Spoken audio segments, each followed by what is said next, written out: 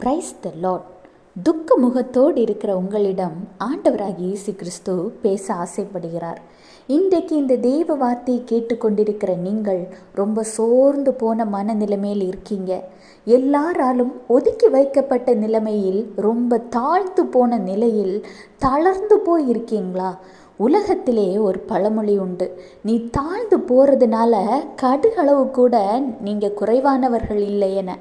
ஆண்டவராகிய இயேசு கிறிஸ்துவும் தாழ்ந்தவர்களை நேசிக்கிற தேவனாயிருக்கிறார். கர்த்தர் உங்களை பார்த்துதான் சொல்கிறார், யோபு 5:10, தாழ்ந்தவர்களை உயரத்தில் வைத்து துக்கிக்கிறவர்களை ரட்சித்து உயர்த்துகிறார். உங்களை தாழ்ந்து போனவர்களாக நடத்தியவர்கள் கண் முன்பே உங்களை உயரத்தில் வைத்து உங்களை ஆசீர்வதிக்கிற தேவன்தான் ஆண்டவராகிய இயேசு கிறிஸ்து. உங்கள் துக்கத்திற்கு பதிலாக உங்களை ரட்சித்து உயர்த்துகிற தேவன்.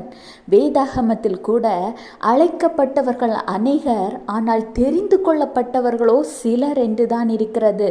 தாழ்ந்தவர்களாகிய உங்களை தான் ஆண்டவராகிய இயேசு கிறிஸ்து தெரிந்தெடுத்திருக்கிறார். உங்களை உயரத்தில் வைத்து அழகு பார்க்க ஆசைப்படுகிறார்.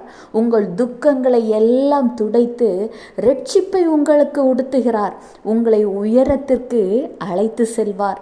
உங்களைப் போல துக்கித்து கொண்டிருக்கிற எத்தனையோ ஜனங்களுக்கு நீங்கள் தான் உண்மையான ரட்சிப்பிற்கான வழி ஆண்டவராகிய இயேசு கிறிஸ்து என்பதை பற்றி சொல்ல போகிறீர்கள்.